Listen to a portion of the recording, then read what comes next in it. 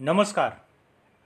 आज मैं आप सबके लिए आपके पाठ्य पुस्तक के खंड 2 विशेष अध्ययन, जिसमें डॉक्टर धर्मवीर भारती द्वारा रचित उनकी कालजयी रचना कनुप्रिया।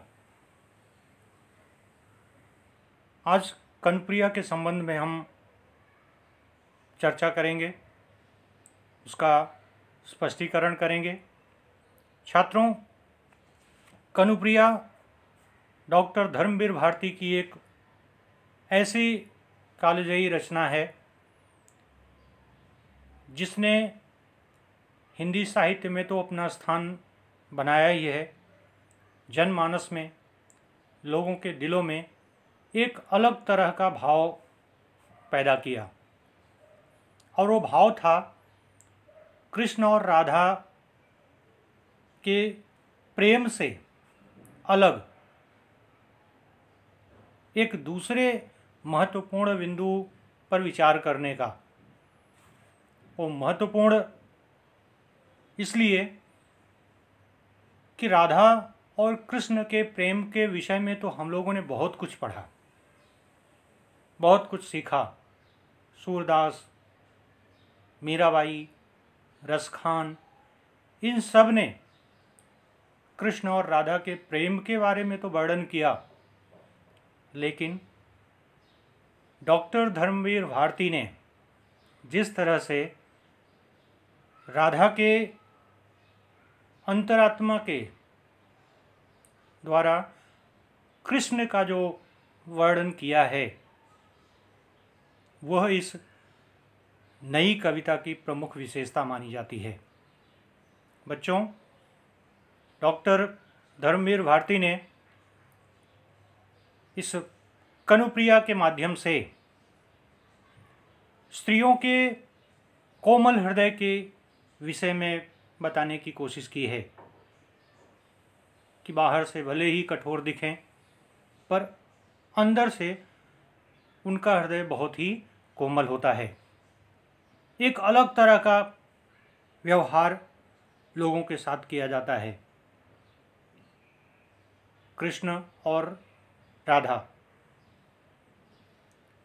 तो कनुप्रिया पढ़ने से पहले कनुप्रिया का अर्थ जानना बहुत ही ज़रूरी है।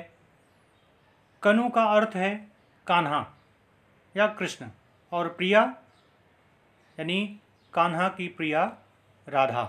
तो कनुप्रिया, राधा को यहाँ पर कनुप्रिया कहा गया है। तो इस काव्य में, जिसे खंड काव्य या महाकाव्य कहा जाता है, इसके बारे में हमेशा से मतभेद रहा, पर इस काव्य के द्वारा डॉक्टर धर्मवीर भारती ने जिस तरह से राधा के विषय में वर्णन किया है, ऐसा वर्णन ना तो कभी होगा, ना हुआ है। यह निश्चित तौर पर कहा जा सकता है कि स्त्री के रूप में राधा ने जिन भावों को यहाँ पर प्रकट किया है, डॉक्टर धर्मवीर भारती के शब्दों के माध्यम से, वह अपने आप में अनोखा है। तो छात्रों, कनुप्रिया पढ़ने से पहले हम लोग लेखक के या कवि के परिचय को जान लेते हैं। कवि डॉक्टर धर्मवीर भारती, जिनका परिचय है, इनका जन्म 25 दिसंबर 1926 को और मृत्यु 4 सितंबर 1997 को हुई। प्रमुख कृतियां हैं, वैसे तो बहुत सारी रचनाओं का संपादन किया है, पर प्रमुख कृतियां यहाँ पर दी गई हैं। गुनाहों का देवता, सूरज का 7वां घोड़ा, ये उपन्यास है। 7 गीत, वर्ष, ठंडा लोहा, कनुप्रिया, कविता संग्रह है। मुर्दों का गांव, चांद और टूटे हुए लोग, ऑस्कर वाइल्ड की कहानियाँ, बंद गली का आखिरी मकान, ये सारे के सारे कहानी संग्रह हैं। नदी प्यासी थी, एकांकी, अंधा युग, सृष्टि का आखिरी आदमी, ये काव्य नाटक है, कविता में नाटक की प्रस्तुति की गई है। सिद्ध साहित्य, साहित्यिक समीक्षा, एक समीक्षा, मानव मूल्य और साहित्य, कहानी अकहानी पश्यंती, ये निबंध संग्रह हैं। तो ये डॉक्टर धर्मवीर भारती की प्रमुख कृतियां हैं। आइए हम चित्रों के माध्यम से भी यहाँ पर कनुप्रिया यानी राधा जी को और कवि डॉक्टर धर्मवीर भारती को देखते हैं। इनकी रचनाओं की विशेषता क्या है? चूँकि ये आधुनिक काल के कवि और लेखक हैं, तो आधुनिक काल के रचनाकारों में डॉक्टर धर्मवीर भारती मूर्धन्य यानी ऊंचे स्थान पर साहित्यकार के रूप में प्रतिष्ठित हैं। कनुप्रिया आपकी अनोखी और अद्भुत कृति है।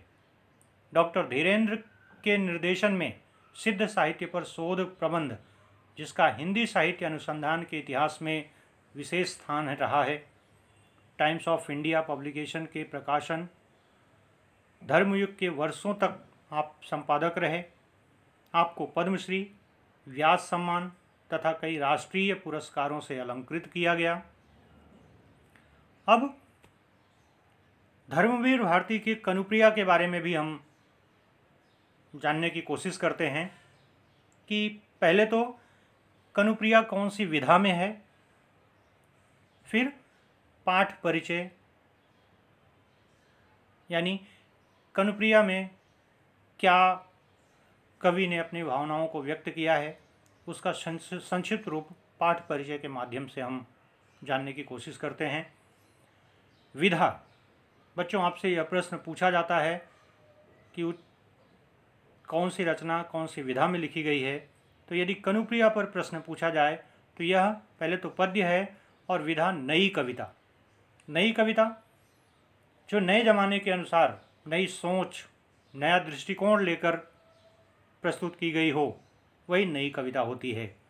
काव्य परिचय हम देखते हैं। कनुप्रिया राधा और कृष्ण के प्रेम और महाभारत की कथा से संबंधित कृति है। बच्चों एक बात पहले आप ध्यान दीजिएगा कि कनुप्रिया में आपको कृष्ण और राधा के प्रेम का वर्णन नहीं मिलेगा। यहाँ पर कोई रासलीला नहीं है, यहाँ पर प्रेम प्रलाप नहीं है, यहाँ पर सिर्फ राधा और राधा ही है जो कृष्ण के विषय में सोचती है। और किस तरह से सोचती है कि राधा कृष्ण से महाभारत युद्ध को लेकर प्रश्न पूछती है। यहाँ प्रेम की बात नहीं की गई है, यहाँ पर राधा ने कृष्ण से शिकायत करते हुए प्रश्न पूछती हैं। और वो प्रश्न कौन कौन से हैं, किस तरह के हैं, ये पाठ पढ़ने पर आपको पता चल जाएगा। डॉक्टर धर्मवीर भारती की कृति कनुप्रिया, कनु अर्थात कृष्ण की प्रिया राधा की अनुभूतियों की गाथा है। ऐसा लगता है जैसे धर्मवीर भारती ने नारी के अंतर्मन की एक एक परत खोलकर देखी है। जी हाँ, डॉक्टर धर्मवीर भारती ने राधा के अंतर्मन को एक एक परत को खोलकर पढ़ा है। राधा क्या सोचती है, कृष्ण के बारे में उनका दृष्टिकोण क्या है, हर चीज़ को यहाँ पर बहुत ही सुंदर ढंग से वर्णन किया गया है। इस रचना में नारी के मन की संवेदनाओं और प्यार के नैसर्गिक सौंदर्य का अप्रतिम चित्रण है। राधा कृष्ण से प्रेम तो करती ही हैं, लेकिन कहीं ना कहीं यदि कुछ गलती हो जाए तो उस पर प्रश्न पूछना भी उचित है, यह जानने के लिए कि वह सही है कि गलत है। कनुप्रिया का प्रथम संस्करण सन 1959 में प्रकाशित हुआ। बच्चों, कनुप्रिया के 5 संस्करण हैं, जिसमें से एक संस्करण के बारे में आप पढ़ने चल रहे हैं। महाभारत युद्ध में हुई जीत हार, कृष्ण की भूमिका, युद्ध का उद्देश्य, युद्ध की भयावहता, सैन्य संहार आदि की बातों से संबंधित राधा का कृष्ण से हुआ तर्क संगत संवाद इस काव्य में 4 चांद लगा देता है। महाभारत के युद्ध के समय की स्थिति, युद्ध में हार जीत की स्थिति और उसमें कृष्ण की जो सबसे प्रमुख भूमिका रही है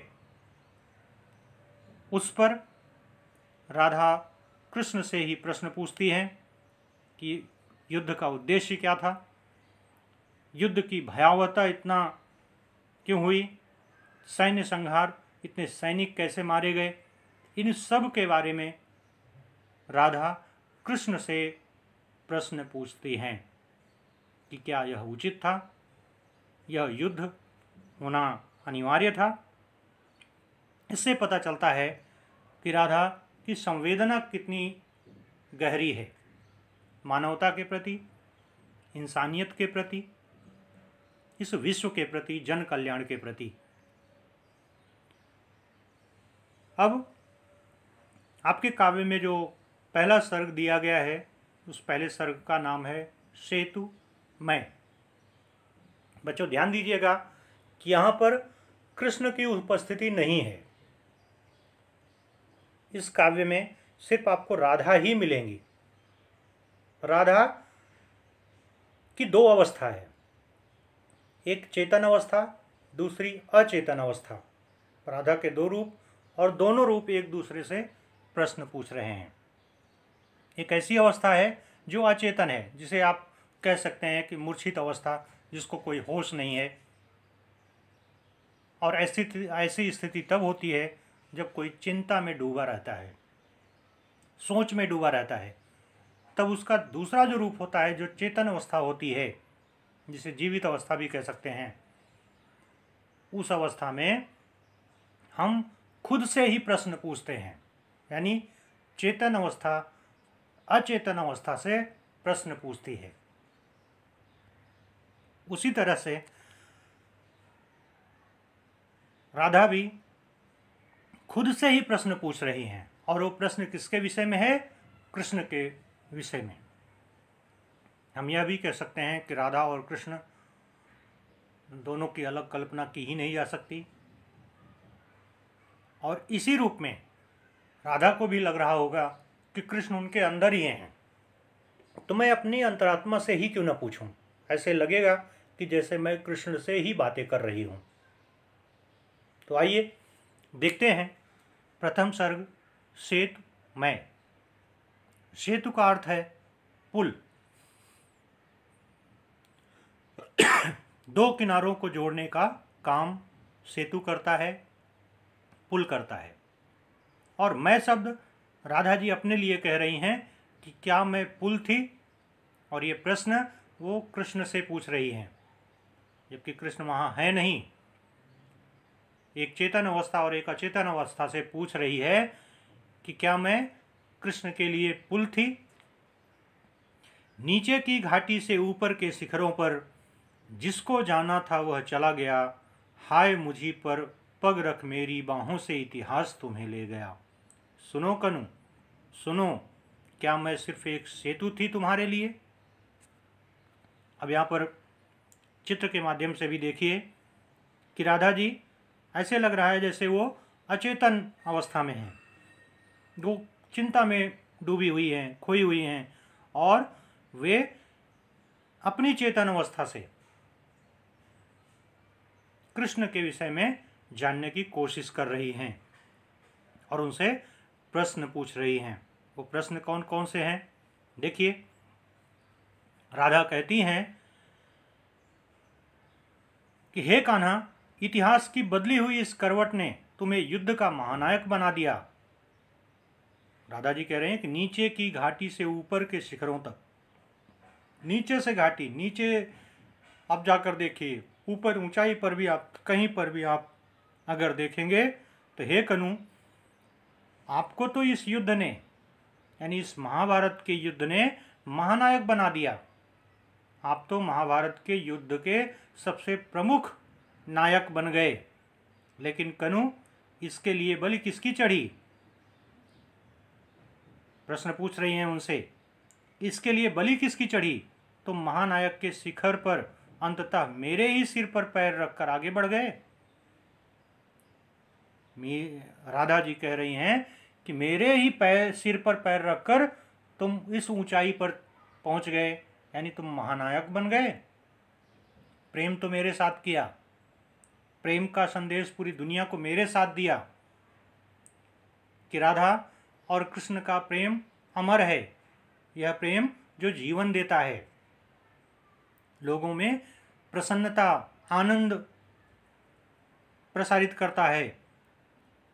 आज उसी प्रेम को आधार बनाकर तुम तो बहुत आगे निकल गए, बहुत ऊंचाई पर पहुंच गए। तो क्या तुमने मुझे सिर्फ माध्यम बनाया? तुमने मुझे सिर्फ पुल समझा, सेतु समझा? तो क्या करूं, इस लीला क्षेत्र से उठकर युद्ध क्षेत्र तक पहुंचकर ईश्वरीय स्वरूप धारण करने के बीच जो अलग्य दूरी थी, अलग्य जिसे पार न किया जा सके, क्या उसके लिए तुमने मुझे ही सेतु बनाया? जिसको जाना था वह चला गया, तुम तो चले गए प्रेम का संदेश पूरी दुनिया को देकर, और मेरे ही प्रेम के ऊपर पैर रखकर तुम महानायक बन गए, ईश्वरीय रूप धारण कर लिए। ईश्वर और युद्ध के बीच की जो पार न करने वाली दूरी थी, उसके बीच तुमने मुझे माध्यम बनाया, मुझे सेतु बनाया।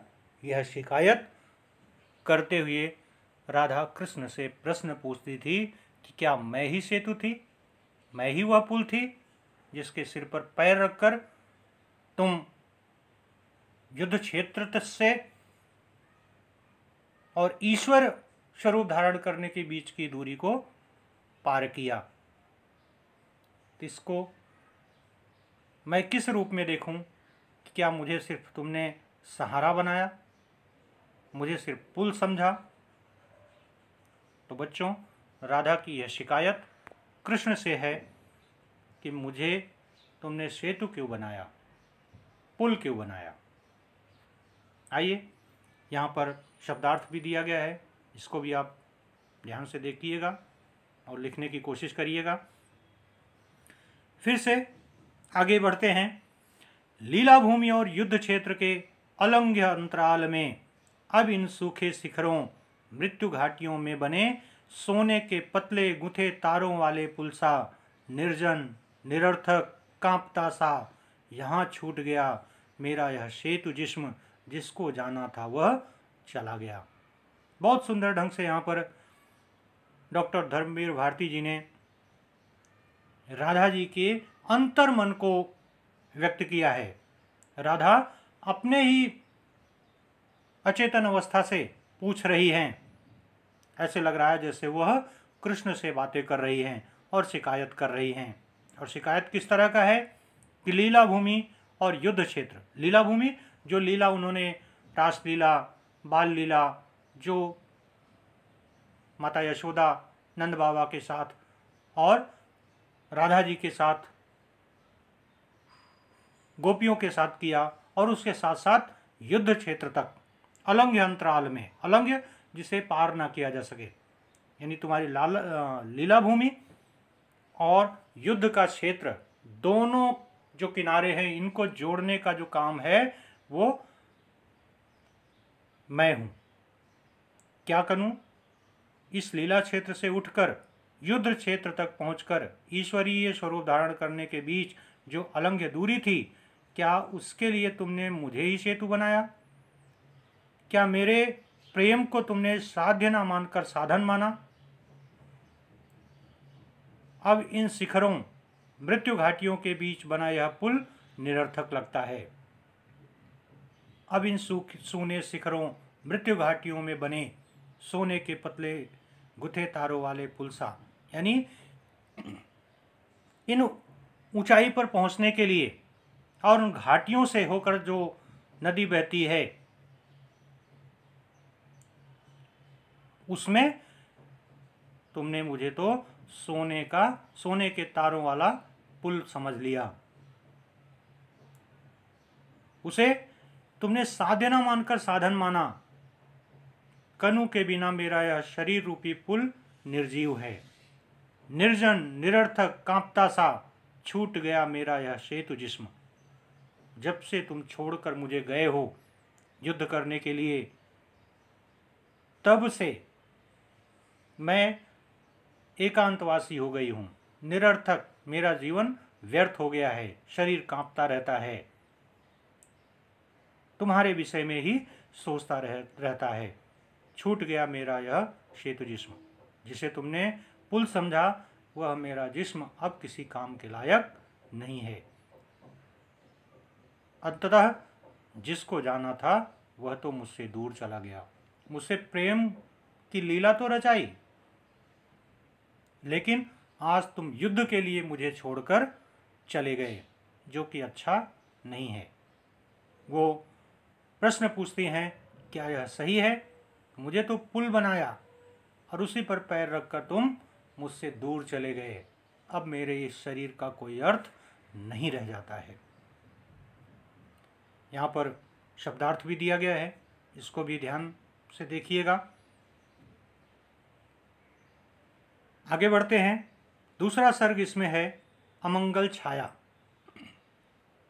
घाट से आते हुए कदम के नीचे खड़े कनु को ध्यान मग्न देवता समझ प्रणाम करने जिस राह से तू लौटती थी बावरी, आज उस राह से ना लौट।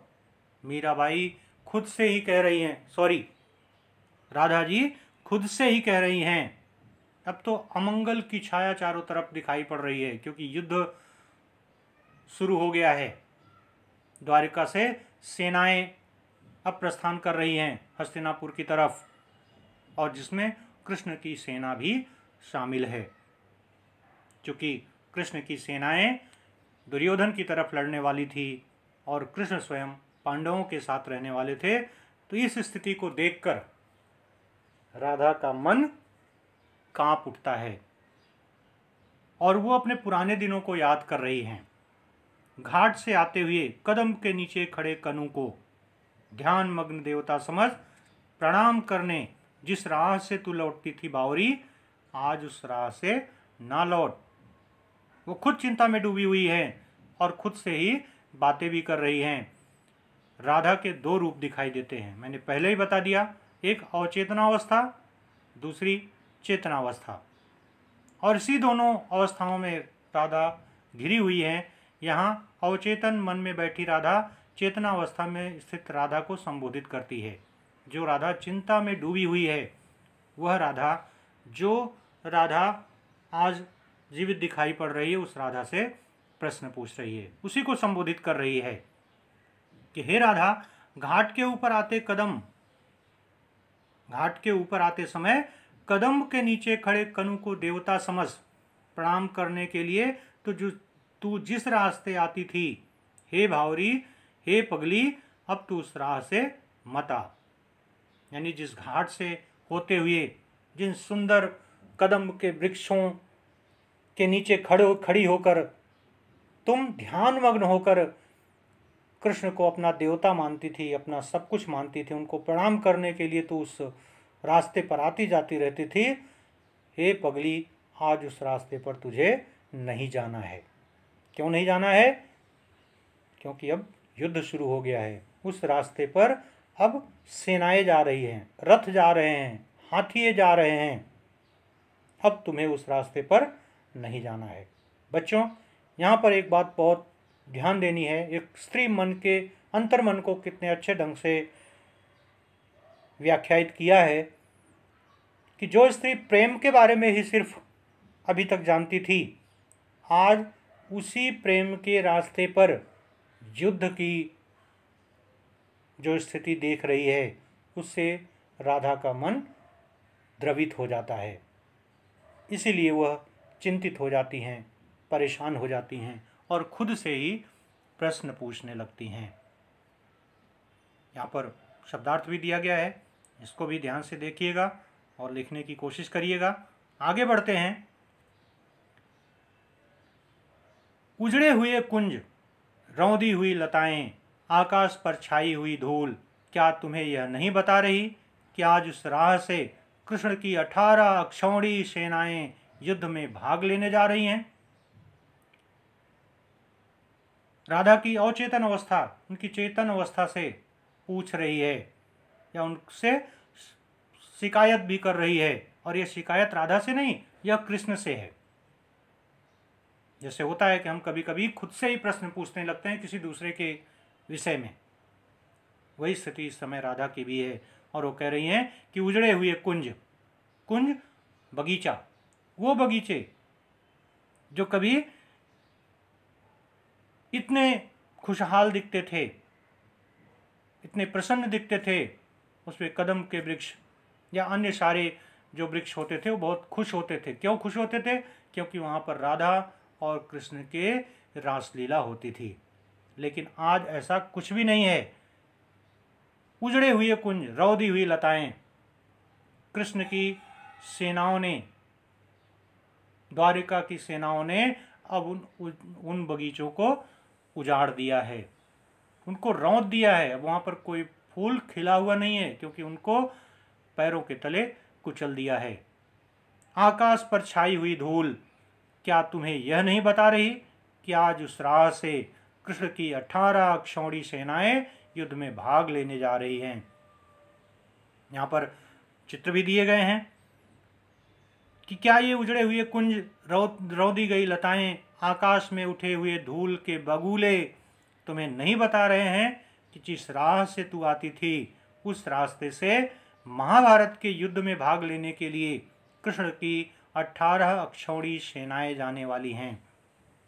बच्चों, कृष्ण ने अपनी 18 अक्षौणी सेनाओं को दुर्योधन को दे दिया था, और वो सेनाएं युद्ध में भाग लेने के लिए, इंसानियत का विनाश करने के लिए, इंसानों का विनाश करने के लिए युद्ध मैदान में इस तरह से जा रही हैं कि जिन रास्तों पर, जिन बगीचों में कृष्ण प्रेम लीला करते थे, रास लीला करते थे, जीवन का संदेश देते थे, प्रेम का संदेश देते थे, आज उन बगीचों को उन सैनिकों के पैरों तले जब रौंदा जा रहा है, जब लताओं को कुचला जा रहा है, तो राधा बहुत दुखी होती हैं।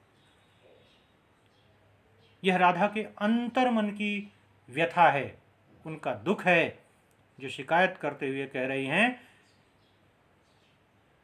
कि आज उस रास्ते पर, जिस रास्ते पर हम लोग रासलीला करते थे, आज वहाँ कृष्ण की 18 अक्षौणी सेनाएं युद्ध के लिए जा रही हैं, जो कि स्थिति अच्छी नहीं है।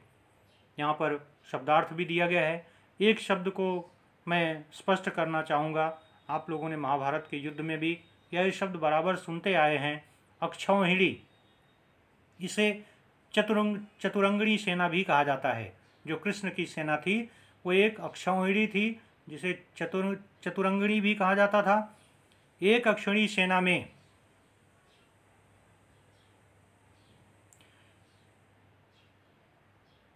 1,09,350 पैदल सैनिक होते थे, 65,610 घोड़े वाले सैनिक होते थे, और 21,870 रथ और इतने ही हाथी होते थे। इतनी सेनाओं को एक अक्षौहिणी सेना कहा जाता था या चतुरंगिणी सेना कहा जाता था। ये कृष्ण की सेना थी, जिसे उन्होंने दुर्योधन को दे दिया था, और सिर्फ खुद अकेले पांडवों के साथ धर्म युद्ध कर रहे थे। तो राधा आज बहुत दुखी हैं कि कृष्ण की 18 अक्षौहिणी सेनाएं उन बगीचों को रौंद रही हैं, उन पुष्पों को रौंद रही हैं, उनको उजाड़ रही हैं, जिन पर हम लोग रास लीला करते थे, जिस पर हम लोग प्रेम का संदेश पूरी दुनिया को देते थे। इस बात का दुख आज राधा को बहुत अधिक है। आइए आगे देखते हैं। आज उस पथ से अलग हटकर खड़ी हो बावरी, लता कुंज की ओट छिपा ले अपने आहत प्यार को। आहत प्यार को, राधा और कृष्ण का प्रेम तो अमर है, जिसमें खुशियां ही खुशियां हैं, जिसमें जीवन है, जिसमें जीवन का सार है। लेकिन आज यहाँ पर डॉक्टर धर्मवीर भारती ने आहत प्यार शब्द का इस्तेमाल किया है। क्यों? उसका कारण यही है कि राधा आज बहुत दुखी हैं, अपने अंतर्मन से ही बातें कर रही हैं। आज उस पथ से अलग हटकर खड़ी हो, और उनका मन कह रहा है कि आज इस पथ से अलग हट जा। यहाँ तुम्हें नहीं खड़ा होना है, नहीं तो कृष्ण की सेनाएं तुम्हें रौंद देंगी, तुम्हें कुचल देंगी। पगली, अब वो कृष्ण पहले वाले कृष्ण नहीं रहे। लता कुंज की ओट में, लताओं के पुष्पों के आड़ में उस प्यार को तू छिपा ले जो अब घायल हो गया है, जो अब आहत हो गया है। अब वो तुम्हारा पहले वाला प्रेम नहीं रहा, क्योंकि अब पहले वाले कृष्ण ही नहीं रहे। तो हे बावरी राधा, आज उस पथ से अलग हटकर खड़ी हो बावरी। लता कुंज की ओट छिपा ले अपने आहत प्यार को, वह घायल प्यार जो तुम्हारे दिल में बसा हुआ है, वो आज घायल हो गया है। क्योंकि आज इस गांव से द्वारिका की उन्मत्त सेनाएं युद्ध के लिए जा रही हैं। आज यहाँ पर कृष्ण की सेनाएं इस रास्ते पर जा रही हैं, जिस रास्ते पर कृष्ण रासलीला करते थे, बांसुरी बजाया करते थे, गायों को चराने जाया करते थे, प्रेम का संदेश पूरे विश्व को देते थे। आज उस रास्ते से तुम्हें हट जाना है, क्योंकि आज वहाँ कृष्ण नहीं आने वाले हैं, आज वहाँ पर कृष्ण की सेनाएं आने वाली हैं। अगर उस रास्ते में तू खड़ी हुई तो तुम्हें भी रौंद दिया जाएगा। तो डॉक्टर धर्मवीर भारती ने बहुत ही सुंदर ढंग से यह बताने की कोशिश की है कि आज राधा का प्रेम आहत हो गया है, चोटिल हो गया है। वह इस आहत प्यार से इतनी दुखी हैं कि चिंता में डूबी हुई हैं, और अपनी ही चिंता में खुद अपने से ही बातें कर रही हैं और कृष्ण से प्रश्न पूछ रही हैं कि आखिर तुमने ऐसा क्यों किया।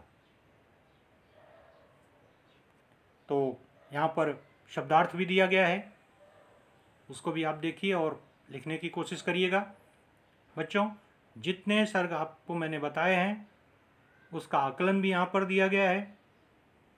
कृति पूर्ण कीजिए, उत्तर लिखिए, और सबके उत्तर भी मैंने यहाँ पर लिख दिए हैं। इनको आपको अपने नोटबुक में लिखना है। पांचवा जो प्रश्न है वह है अभिव्यक्ति वृक्ष की उपयोगिता, जिसको आपको खुद से लिखना है। 40 से 50 शब्दों में आपको अपने विचार लिखने हैं। तो उम्मीद करता हूँ कि आपको यह वीडियो पसंद आया होगा और काव्य भी समझ में आया होगा। यह कनुप्रिया का भाग 1 है। भाग 2 को मैं अपने दूसरे वीडियो में जल्द ही लाने की कोशिश करूँगा। धन्यवाद।